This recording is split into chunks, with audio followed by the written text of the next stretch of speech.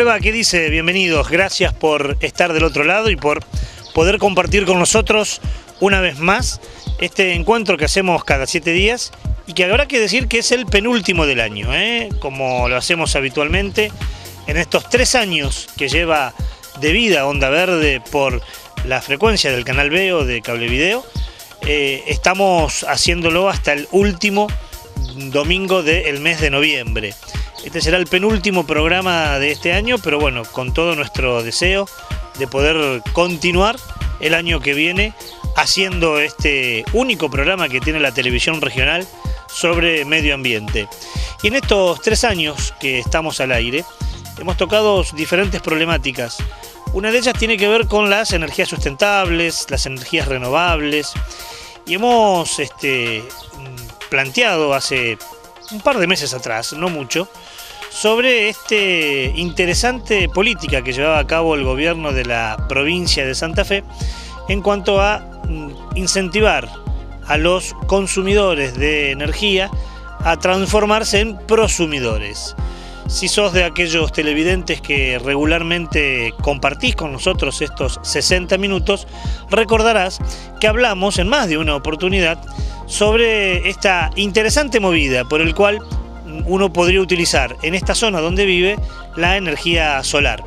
No solo utilizarla para su casa, sino también para poder inyectarla en la red, con lo que significa eso, poder darle a otra persona energía limpia, energía sustentable y también ahorrar, porque eso se debitaría de su cuenta por la empresa provincial de la energía. Bueno, esta medida del gobierno de la provincia, que seguramente será lenta al principio, está teniendo un importante eco.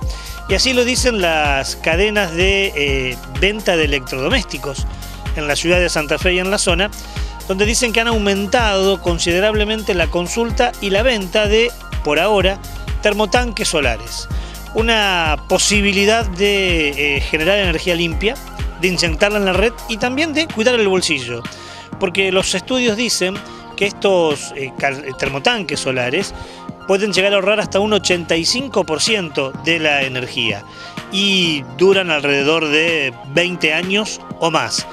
En un momento donde el bolsillo aprieta y donde el aumento de las tarifas genera seguramente una nueva planificación en la economía familiar, vaya si esto no es importante. De esta manera abrimos nuestro programa de hoy con esta noticia, con esta información que ojalá se pueda multiplicar en el futuro, aunque hoy hablaremos de otro tema y te lo cuenta como siempre Celina Pérez. En el programa de hoy te presentamos una entrevista exclusiva con el ministro de Medio Ambiente de Santa Fe, Jacinto Esperanza. Compartimos con él un encuentro en el que se planteó un abanico importante de temas vinculados a la política medioambiental, fumigaciones, inundaciones, cambio climático y mucho más. Además, recordamos que el 22 de noviembre se conmemora el Día de la Flor Nacional, el ceibo. Y como siempre, tendremos las 3 luces del semáforo, con las noticias medioambientales más relevantes y los recomendados culturales de Julia Porta. Bienvenidos a un nuevo programa de Onda Verde. Bueno, como ves, hoy tendremos un programa especial donde la columna vertebral o gran parte del programa va a ser una entrevista en exclusiva que tuvimos con el ministro de Medio Ambiente de la provincia de Santa Fe. Importante que podamos hablar con el funcionario encargado de la cartera de Ecología, de Ambiente, sobre cuestiones cotidianas, sobre políticas de Estado. Pero no nos adelantemos, vamos a tener gran parte del programa hablando de ello, pero vamos a comenzar con otro tema, con una efeméride, algo que ustedes saben forma parte de la porfiada de este grupo periodístico, recordar la historia, mirar para atrás, rescatar la memoria. En más de una oportunidad se habla de soberanía y cuando se habla de soberanía uno puede hablarlo desde diferentes lugares. Obviamente la más conceptual es la soberanía territorial, ¿no? La que tiene que ver con el cuidado de las fronteras. Pero está la soberanía económica, está la soberanía popular, aquella que nos permite elegir a nuestros representantes. Si hablamos de nosotros, de aquellos que nos interesa el medio ambiente, en más de una oportunidad hemos hablado de la soberanía alimentaria, de la necesidad de que los pueblos tengan el derecho de elegir qué consumir y qué producir. Bueno, está también la soberanía cultural. En un mundo globalizado donde los grandes centros de poder parecen querer imponer un discurso único y una sola manera de ver las cosas, vaya si es importante poder rescatar nuestros valores, nuestras costumbres, nuestras creencias, nuestras ideas. Una de ellas tiene que ver con algo que forma parte de nuestra soberanía cultural, pero también de nuestro acervo cultural y ambiental o ecológico. El 22 de noviembre se recuerda como el día de nuestra flor nacional, que es el ceibo. Una flor que además nos toca muy de cerca a los que vivimos en esta geografía, crece en nuestra zona, es del litoral argentino. Muchas versiones hay sobre por qué se ha elegido al ceibo como flor nacional. Una tiene que ver con el color y la similitud del color del escudo. Otro con que se le dijo a un grupo de científicos que decidan, y así lo decidieron. Lo cierto es que, sea por lo que fuera, tenemos una flor, tenemos la flor nacional, el 22 de noviembre se recuerda y es el ceibo.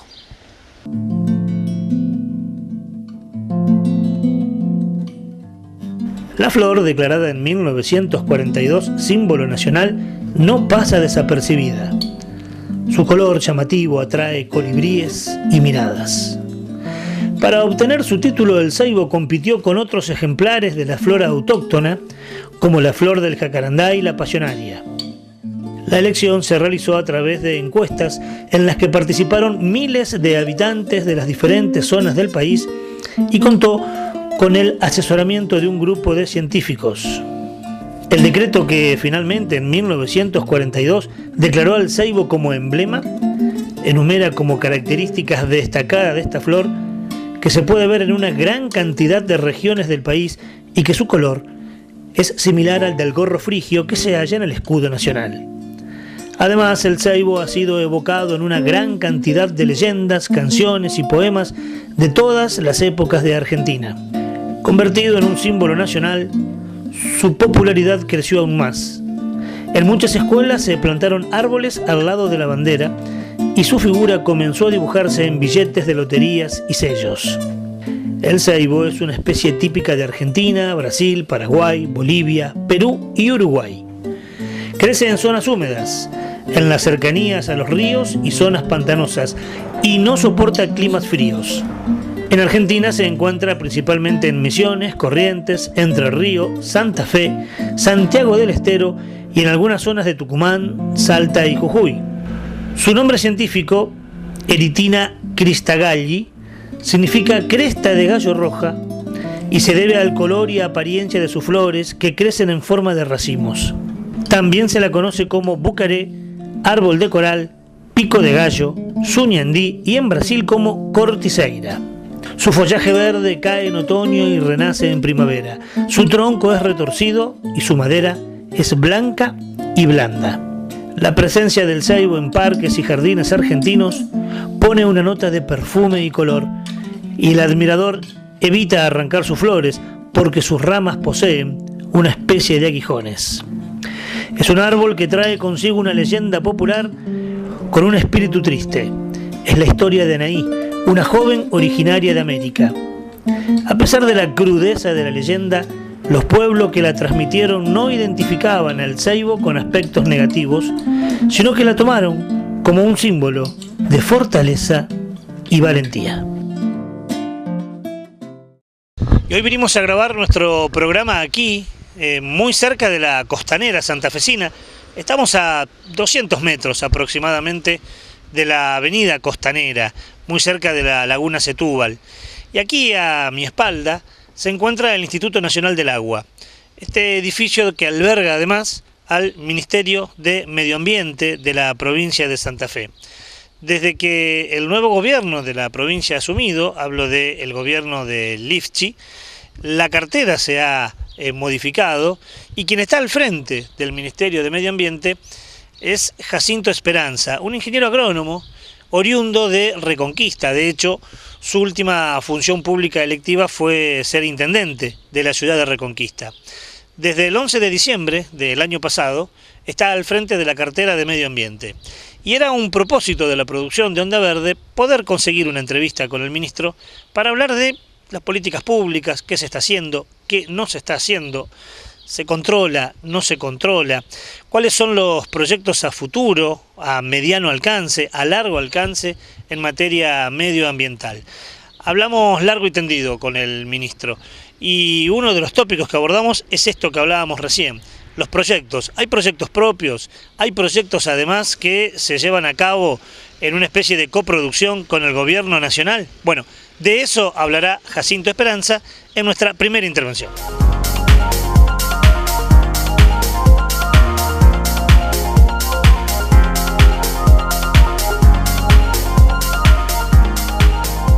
Esta cartera era secretaría antes, ¿no?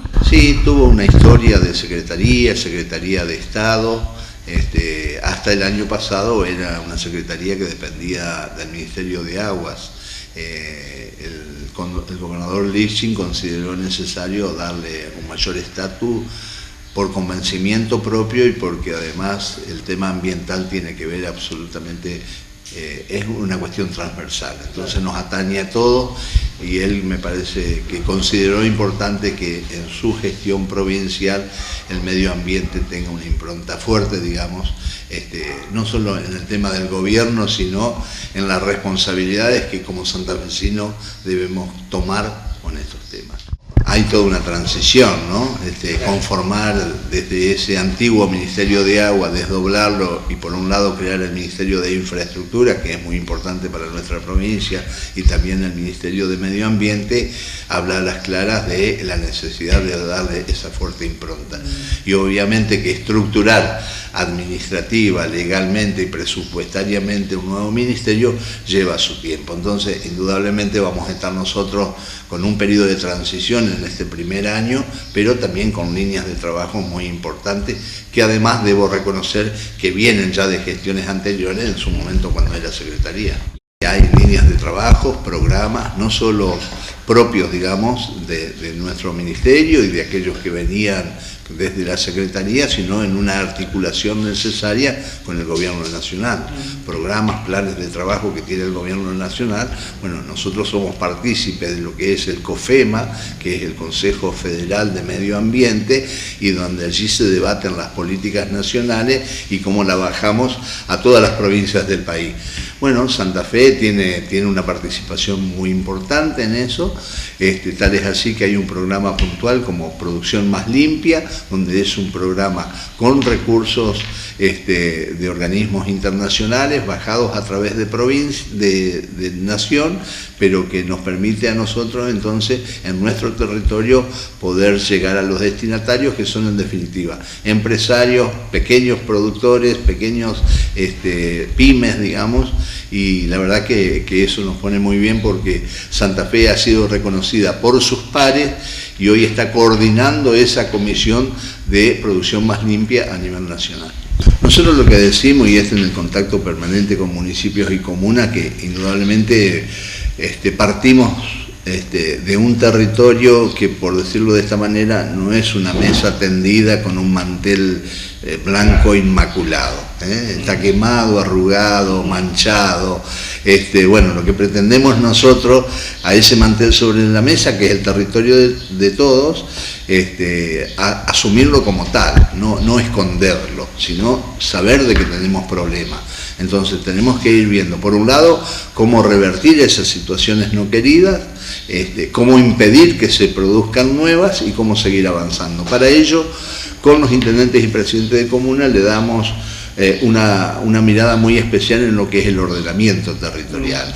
Muchas veces en el ordenamiento se habla solamente de la trama urbana de cada pueblo, de cada ciudad, y nosotros queremos avanzar de la ciudad a la zona periurbana y a todo el territorio. Yo podría decir de que una unidad, digamos, no del todo delimitada fijamente, pero puede ser una cuenca hídrica. De todas maneras vamos de menos a más. Entonces, avanzando con los gobiernos locales en lo que es su jurisdicción, su territorio, entonces tener en cuenta la parte urbanizada, la periurbana y el distrito rural. Y para ello entonces diagramar con ellos y establecer una política de desarrollo, de crecimiento como política de Estado. Por eso siempre con los intendentes insistimos en que es necesaria la participación de los concejales, porque allí están todas las miradas y sabemos que Todas estas cosas traspasan el periodo de mandato de un gobierno local y hasta de un gobierno provincial. Entonces, por lo tanto, debemos nosotros dejar establecidos líneas de trabajo que van a permanecer en el tiempo, pero tiene que haber el compromiso y la voluntad política de los actores de mantenerlos y de llevarlo adelante. Nuestra experiencia nos permitió, por ejemplo, cuando llegamos a la Intendencia de Reconquista, que el gobierno anterior, de otro color político, había desarrollado un plan estratégico para la ciudad. Nosotros lo asumimos como libro de cabecera y lo llevamos adelante. Bueno, me parece que eso es lo que tenemos que hacer también en materia ambiental en el territorio de la provincia. Y tenemos diversas, digamos, posiciones, ¿no? Por un lado, sabemos que hay intendentes, presidentes de comunas, concejales y organizaciones de esa sociedad muy interesadas en el tema y se apuntalan mutuamente. Pero también tenemos las otras realidades, donde por así el gobierno local está consustanciado con todo esto, pero no siente el apoyo y el compromiso de su propia comunidad para poder desarrollarlo. Y otros casos donde la comunidad está un paso adelante que sus propios dirigentes. Entonces, en ese abanico estamos trabajando y estamos apuntalando para poder desarrollar estas verdaderas políticas de Estado en cada una de las localidades. Pero además tener en cuenta de que ambientalmente no es que lo mío termina en el límite, en la jurisdicción del otro distrito, de la otra localidad. Porque muchas veces se comete el error de decir, bueno, esto que para nosotros es nocivo o no nos conviene, vamos a llevarlo lo más lejos posible, pero eso más lejos está cerca del otro. Entonces debemos actuar interactuando, digamos, valga la redundancia, con los otros distritos. Y la conformación de consorcios y de unidades de trabajo compartidas, bueno, es realmente un paso muy importante en la mirada que tengamos en cada región. Cuando hablamos de lo ambiental, el campo reflexivo, el campo temático, es por demás de amplio. Y claro, si nos sentamos a hablar justamente con quien está al frente de la cartera ambiental, obviamente el abanico se va a desplegar de manera muy pero muy extensa, muy pero muy abierta. Por eso, cuando habla de proyectos el ministro, habla de algunos que están funcionando y otros que se están pensando. En la extensa charla que tuvimos, el ministro en más de una oportunidad mencionó lo que parece ser, o al menos así me permito leerlo, y ojalá que sea coincidente con la mirada de nuestro entrevistado, en más de una oportunidad habla de, como proyecto central, fundamental de esta administración política, incentivar o fomentar el arbolado. Lo dijo, lo va a volver a decir. Habrá que hacer una pequeña aclaración, que esta entrevista fue llevada a cabo hace un par de meses atrás y la queríamos plantear como cierre de nuestro ciclo, por eso la teníamos ahí esperando para salir. Digo esto porque lo que el ministro dice con respecto al arbolado, en una primera etapa ya se llevó a cabo y de hecho el gobernador de la provincia lo presentó hace escasos 15 días al arbolado, no en las ciudades únicamente, sino también en los asentamientos rurales. Vamos a volver a hablar de esto con el ministro, pero también hablamos de la necesidad de que las problemáticas ambientales formen parte de la currícula educativa, de la vida cotidiana de los jóvenes. La semana pasada hicimos un programa donde hablamos justamente de esto. Abordamos el tema de cómo las escuelas llevan a cabo proyectos. ¿Te acordás, no? Fuimos a la escuela San Roque y allí estuvimos viendo una interesantísima experiencia sobre cantinas saludables y en un taller de práctica manual también sobre energías renovables. Bueno, esto habla a las claras de que los docentes, las escuelas, están preocupados y ocupados en esta problemática. La pregunta al ministro era también si están trabajando de alguna manera articulada con el Ministerio de Educación, con el Ministerio de Cultura, para que haya una política oficial en las currículas educativas, en cada aula de las escuelas de la provincia, donde la problemática ambiental sea un centro de debate. Bueno, yo al principio le planteé, lo hablamos tanto con Claudia Balaguer, la ministra de Educación, como también con Chiqui González, la ministra de Cultura, de que no puede haber disociación, por el contrario, necesitamos nosotros apuntalar fuertemente toda la acción que hagamos en materia medioambiental, en principio con estos dos ministerios, ¿no? Pero si usted toma los recordatorios, las efemérides que escolarmente se dan a lo largo de todo el año, en todos los meses usted tiene un tema ambiental. Entonces lo que nosotros trabajamos, digamos, con el Ministerio de Ambiente es que esas efemérides las reforcemos, porque eso quiere decir que todos los meses en todas las aulas de las escuelas de la provincia de Santa Fe se está hablando de ese tema. Entonces nosotros sumarnos, involucrarnos en ello y poder desarrollarlo, porque no tenemos una estructura como ministerio, como tiene el Ministerio de Educación, para llegar a todos los confines de la provincia.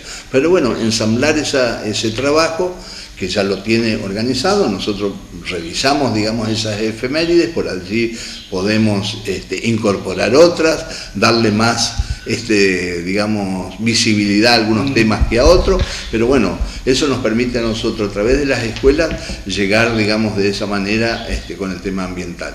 Y en el tema de la cultura no puede haber ningún evento cultural que no tenga al menos un párrafo en el tema ambiental. Fíjese que con esto que yo hoy le planteaba a usted, del tema del ordenamiento territorial de los gobiernos locales respecto a lo urbano, lo periurbano y lo rural, hacía un poco que ese planeamiento, esa planificación estaba un poco dispersa, ¿no? Cada área, cada estructura del gobierno provincial tenía su mirada y no teníamos una mesa en común. Entonces el presidente de comuna tenía que andar deambulando y escuchando por allí, ¿por qué no decirlo?, posiciones contrarias del propio Estado provincial a través de su área. Bueno, ¿cómo se resolvió eso? Juntándonos todos en una mesa, en un organismo que se llama CIOT, que es el Comité Interministerial de Ordenamiento Territorial, donde ambiente da su posición, producción da el suyo, el hábitat da el suyo, catastro da el suyo, todos los organismos que lo integran en una misma cuestión, digamos, tenemos una mesa donde consensuamos y decimos para allá tenemos que ir. Y no es entonces la iniciativa del presidente de comuna o del funcionario municipal que tiene que andar visitando escritorio por escritorio y que al final de la cadena por allí sale más que conforme, sale enojado porque ha encontrado posiciones distintas. Hay que enamorar a la comunidad con el tema del tratamiento de sus residuos.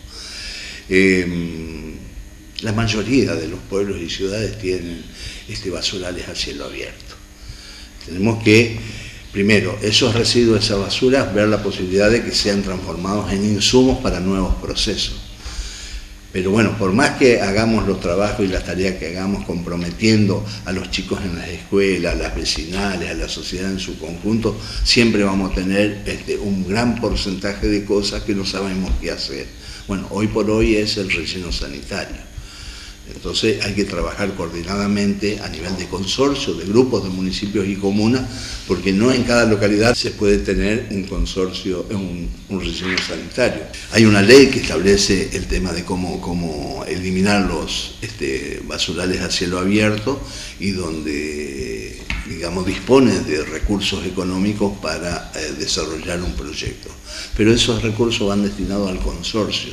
Y es el consorcio, en definitiva, el grupo de intendentes y presidentes de comuna que se sientan a hablar de un tema en común, que ya no es un tema individual, que ya nos afecta a todos. Entonces, esos recursos van en base a ese proyecto al consorcio y es el consorcio el que distribuye que en tu localidad hay que hacer esto, en la otra localidad hay que hacer esto, otro. Si tenemos que aplicar una tasa verde, porque los vecinos tienen que aportar, porque hay que sacar de esa idea de que con la basura vamos a hacer plata. No, lo que vamos a hacer, vamos a ganar en ambiente, vamos a ganar en salud, pero que cuesta y que de algún lado hay que poner ese dinero, esos recursos. El Estado acompaña, pero la población también a sus gobiernos locales lo tiene que acompañar.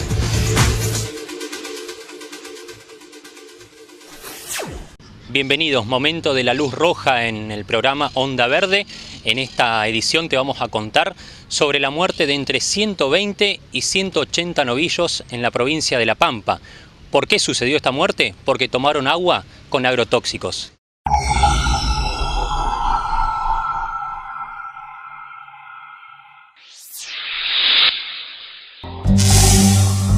Entre 120 y 180 vacunos murieron el pasado lunes en un campo de Ingeniero Luigi, en el extremo norte de la provincia de La Pampa, luego de tomar agua contaminada con herbicida. El hecho ocurrió cuando una fumigadora terrestre cargó agua del tanque que abastece los bebederos de los animales y allí dejó una parte de las sustancias para fumigar, lo que provocó la intoxicación del ganado. El hecho se produjo en un campo propiedad de un productor reconocido de la zona pampeana, quien explicó: se ve que la manguera por donde cargó el agua de la fumigadora hizo retorno y parte del herbicida fue al agua donde tomaron los novillos.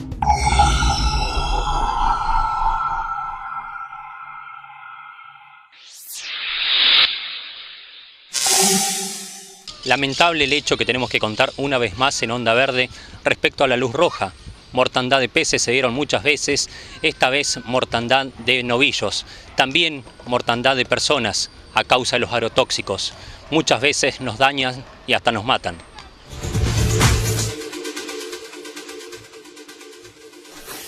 Nos queda mucho más de esta entrevista que tuvimos con el ministro Jacinto Esperanza, pero este es el momento de hacer un pequeño corte. Cuando volvamos, vamos a preguntarle al ministro, en realidad ya lo hicimos, vamos a escuchar su respuesta con respecto a si hay alguna política de control, sobre todo a las grandes empresas que contaminan. Todo eso después del corte.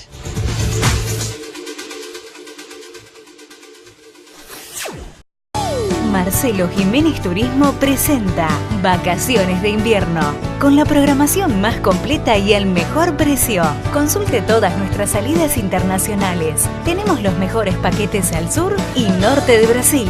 Recordá que podés consultar todas nuestras salidas en nuestra web www.marcelojimenez.tour.ar o en la revista de Cable Video.